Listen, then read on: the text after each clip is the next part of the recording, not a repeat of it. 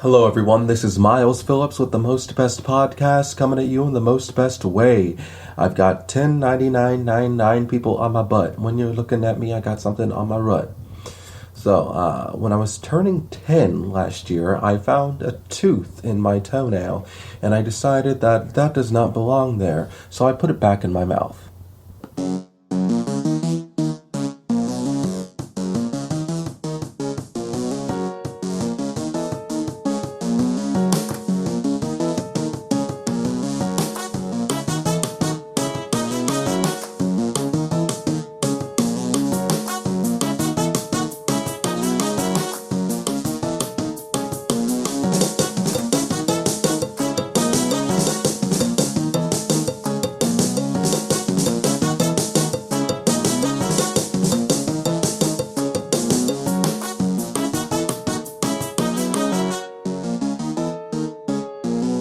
Today I wanted to Let me start over. Today I wanted to talk about just one issue that has been on my mind as of late. And that is an issue that has to do with Trump's immigration ban, which is chaos in itself, but within that came several protests at several different airports, specifically JFK and the DFW airport. And one particular instance that came from the protest at JFK is that Uber tweeted out that they were suspending their surge pricing during the protests at the airport, which sent a lot of people into arms for some reason. And if you don't know what surge pricing is for car services like Uber, ride services like Uber, that is when there's a higher need for cars out there, Uber raises their prices, raises their fees, so more drivers have an incentive to go out there and pick up more people. And so during these protests, Uber suspended that surge fee, and people got up in arms, which I kind of understand, because it does limit the amount of drivers that are going to be out there, and so there are longer wait times with that. And they said that in their tweet, please be patient with us because there are going to be, since we're taking away the surge pricing, there are going to be longer wait times, which seems like a simple fix if you're just, a normal human being. Just download the Lyft app. If it's going to take too long for Uber to get there, delete Tinder off your phone and download the Lyft app,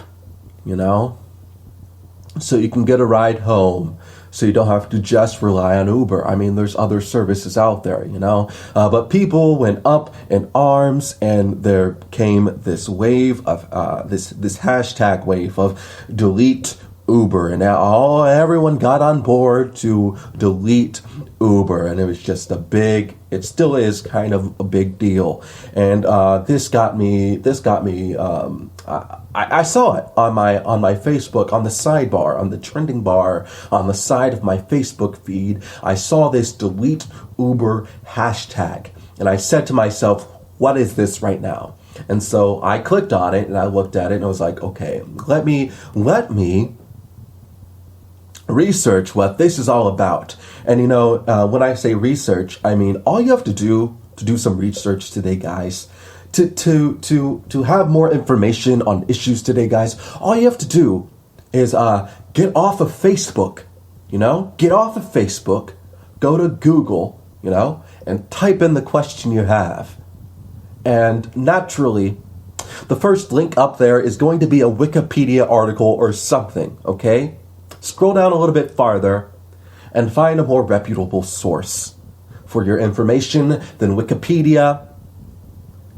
Type in your question and scroll down and look at the URLs, and maybe this isn't a good way to do this, but use anything other than Wikipedia to get your information. And I found an article about this whole delete Uber thing, and was very, the article, I forgot what these are. Let me look at what this article was.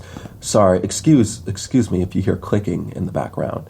But it was from a site called www.marketwatch.com/stories/consumers lash out at Uber and turn to Lyft after Uber's immigration response.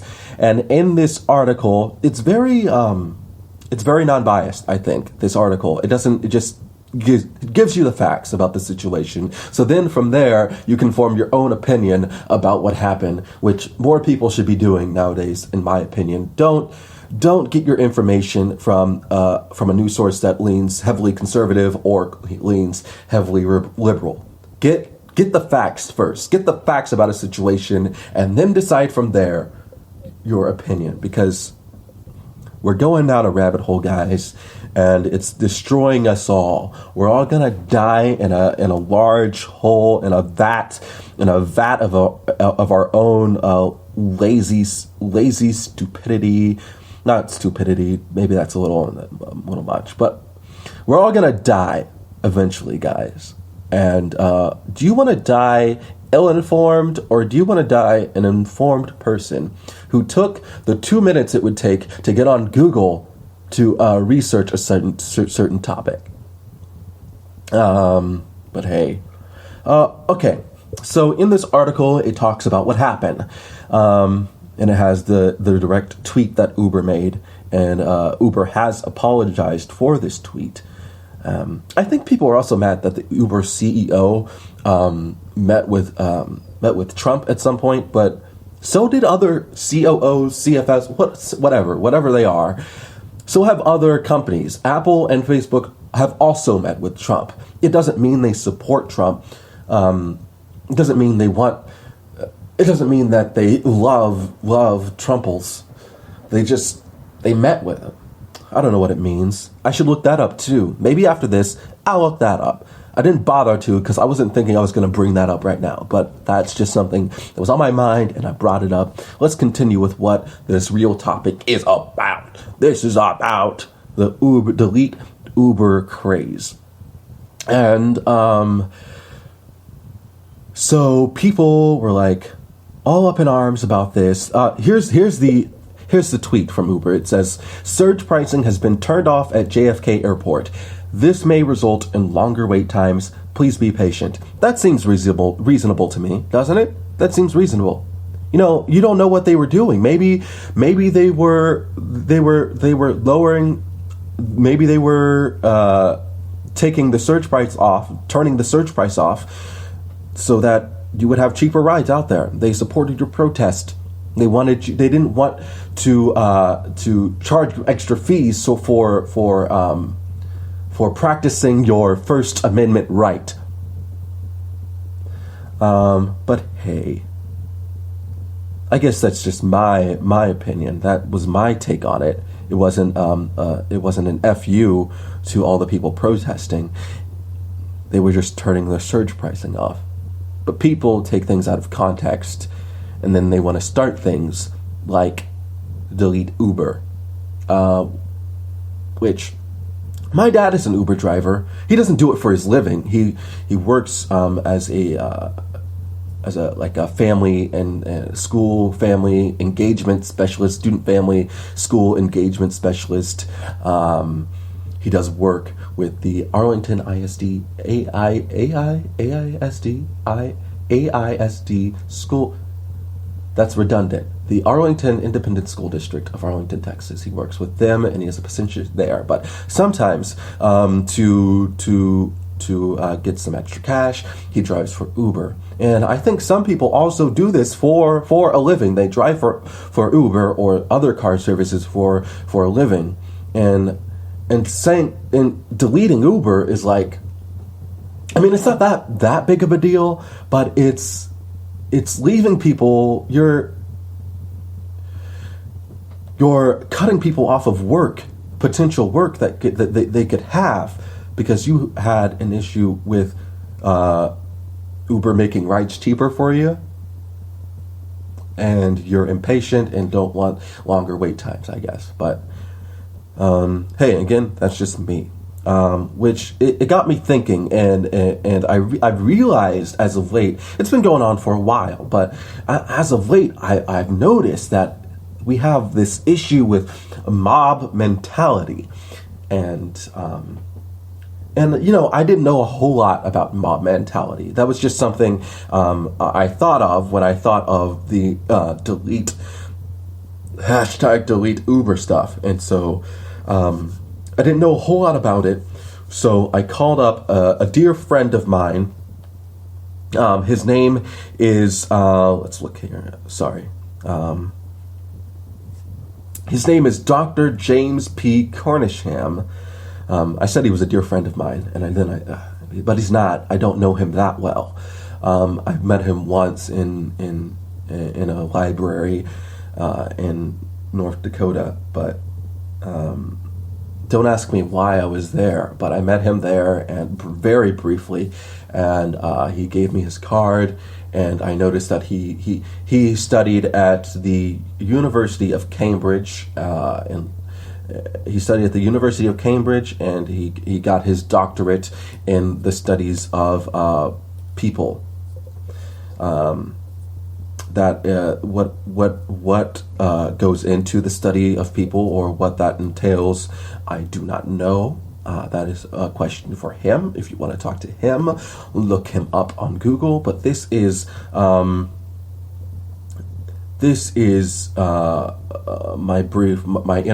recorded interview I had with Dr. James P. Cornisham. Please enjoy.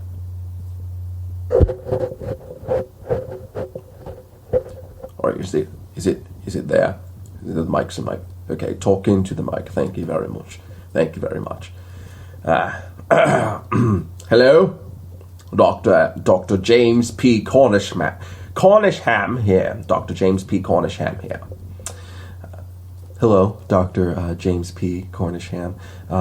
I wanted to talk. I called you today. I wanted to talk to you today because I wanted to get more information on an issue that's been on my mind lately, and that is the idea of mob mentality. And I know that you got your doctorate in the study.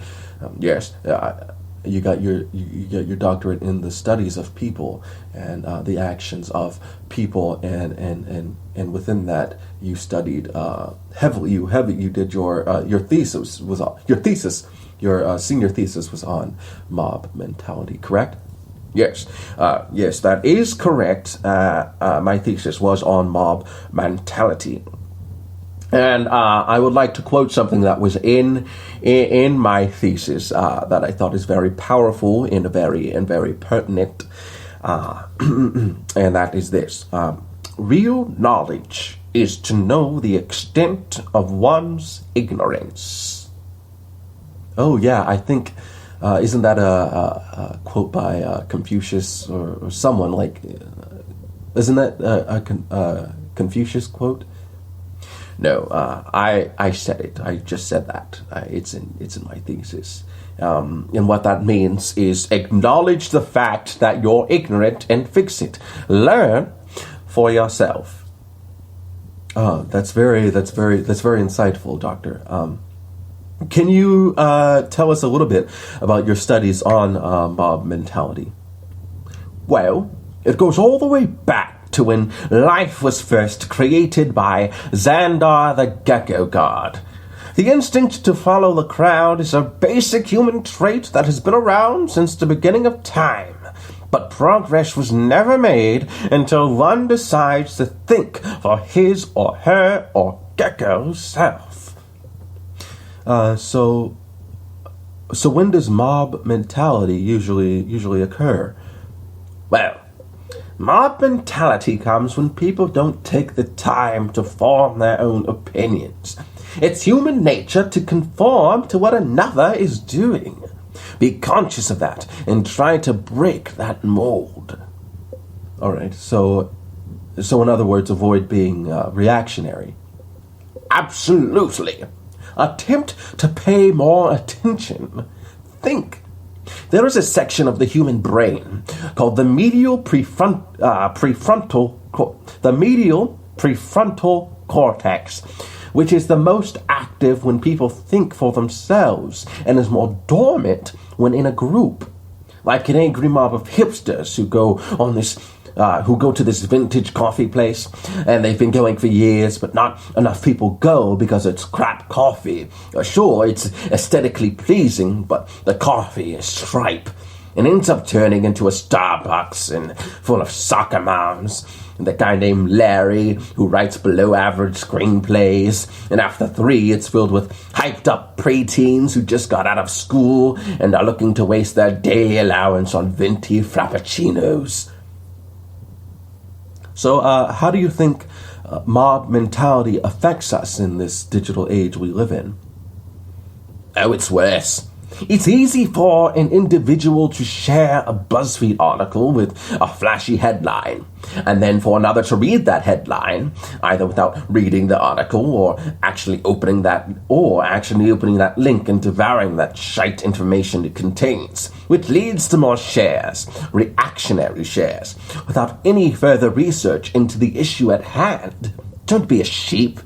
Hashtags are the worst because they only perpetuate the problem. It's easy to get all up in that hashtag vest, like delete Uber or boycott Starbucks. You're not sure why people are doing it, but if other people are doing it, it's probably the right thing to do. Take that moment and make your own educated decision.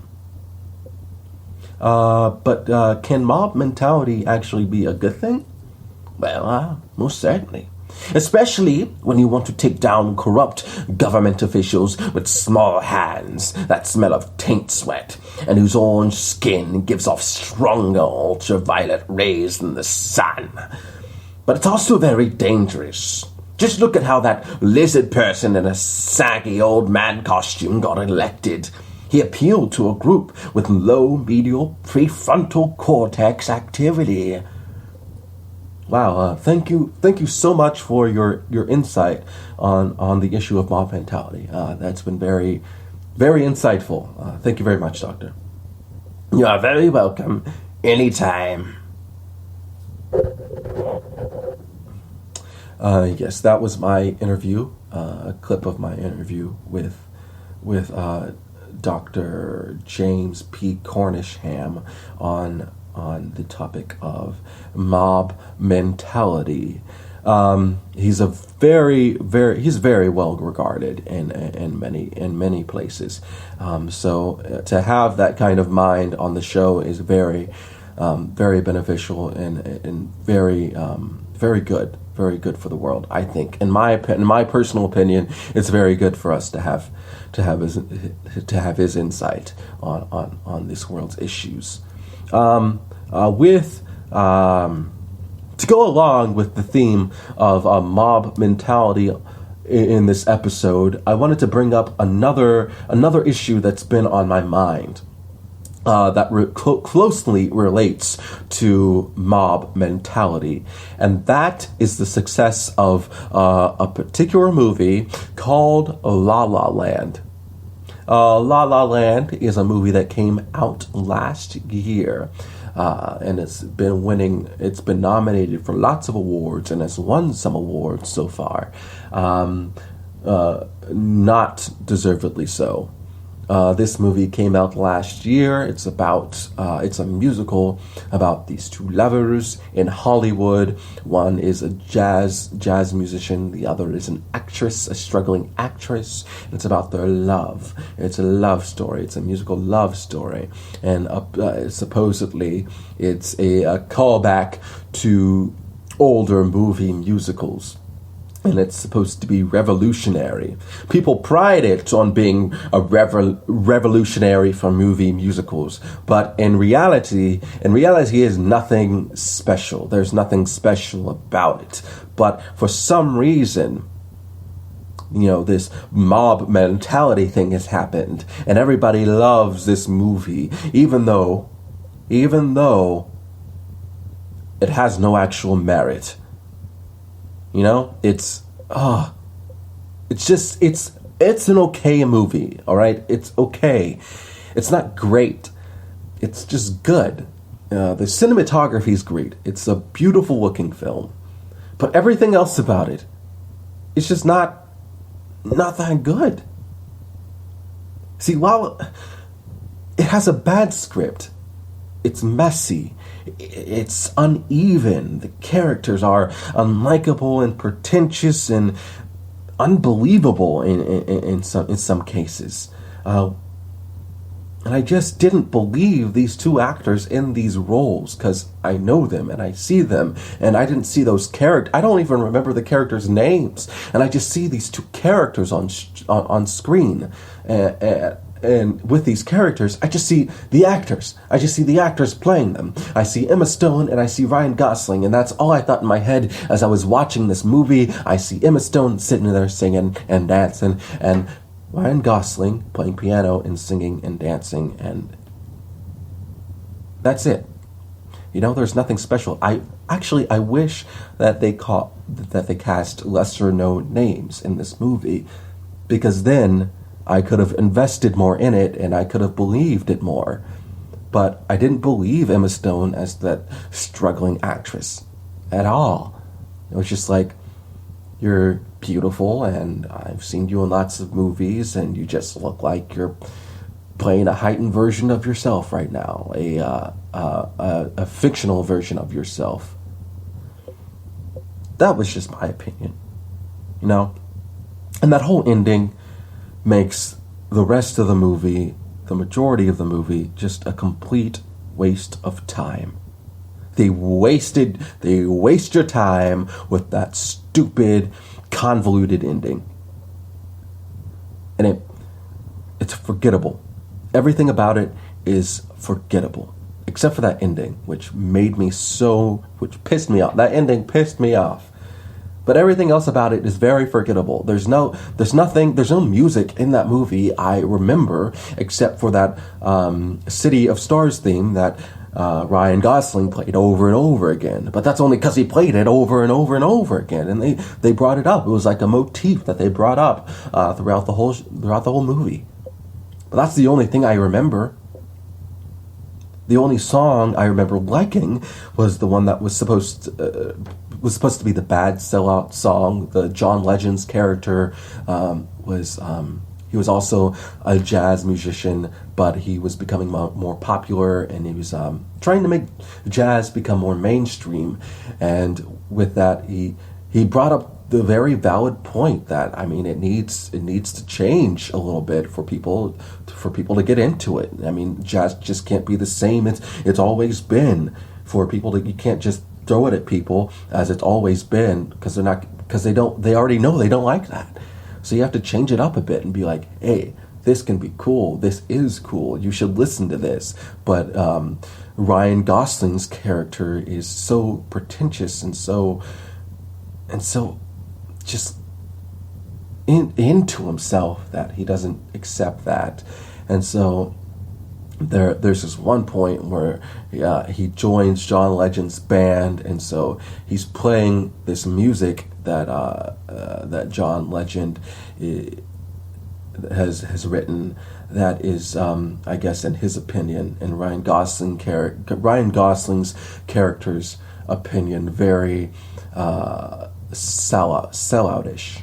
You know, Ryan Gosling is a jazz hipster, and he doesn't want his music to become mainstream because it's so special for him. Just all in all, La La Land does not deserve half the awards it was nominated for. I was looking at that Oscar list, and I noticed it was nominated for sound editing and sound mixing. Guys, the sound mixing in that movie is terrible. When I went to see that movie, that opening number, I heard so many people talk about. I watch a lot of movie reviews on YouTube, or I listen to lots of movie podcasts, and so many people talk about the opening number and how I was such a refreshing, cool opening. And I guess it was cool. They were dancing on the freeway. That's the only impressive thing about it, I guess. But I couldn't hear a single thing they were saying. I didn't hear any of the lyrics to the song. I don't know what they were talking about in that whole song. I didn't know. I was like, oh, that's it?